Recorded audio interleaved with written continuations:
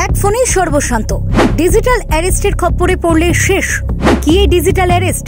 এর থেকে সাবধান হবেন কিভাবে? পুরো ঘটনা না জানলে পকেট ফাঁকা হতে সময় লাগবে না আপনার। চলুন তবে শুরু করা যাক। নতুন নতুন অ্যাপ থেকে শুরু করে সোশ্যাল মিডিয়ায় নতুন নতুন প্ল্যাটফর্ম ইত্যাদির কথা আমরা প্রত্যেকেই জানি। বর্তমানে যেভাবে ডিজিটাল মাধ্যমের ব্যবহার বৃদ্ধি পাচ্ছে, তাতে এই সকল মাধ্যমের সূচনা আশ্চর্যের কিছু নয়। আর এসবের মধ্যেই বাজারে হাজির ডিজিটাল অ্যারেস্ট। কোনো নাগরিক আইন অমান্য করলে তাকে পুলিশ অ্যারেস্ট করতে পারে, এই বিষয়টি সম্পর্কে আমরা প্রত্যেকেই জানি। কিন্তু ডিজিটাল অ্যারেস্ট কি? আসলে ডিজিটাল অ্যারেস্ট প্রতারকদের নতুন ফাঁদ। প্রতারকদের থেকে হঠাৎ করে নাগরিকদের মোবাইল নম্বরে ফোন অথবা হোয়াটসঅ্যাপ করে জানানো হচ্ছে তাকে ডিজিটাল অ্যারেস্ট করা হয়েছে।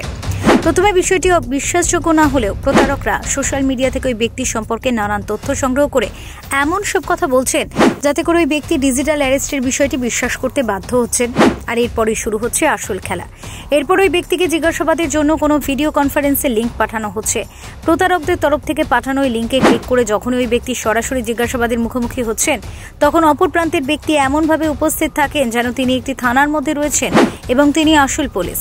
এই জিজ্ঞাসাবাদ চলার সময় প্রতারকদের তরফ থেকে বারবার ভয় দেখানো হয়, যদি ভিডিও কনফারেন্স কেটে দেওয়া হয় তাহলে সঙ্গে সঙ্গে বাড়িতে গিয়ে পুলিশ তাকে অ্যারেস্ট করে নিয়ে আসবে।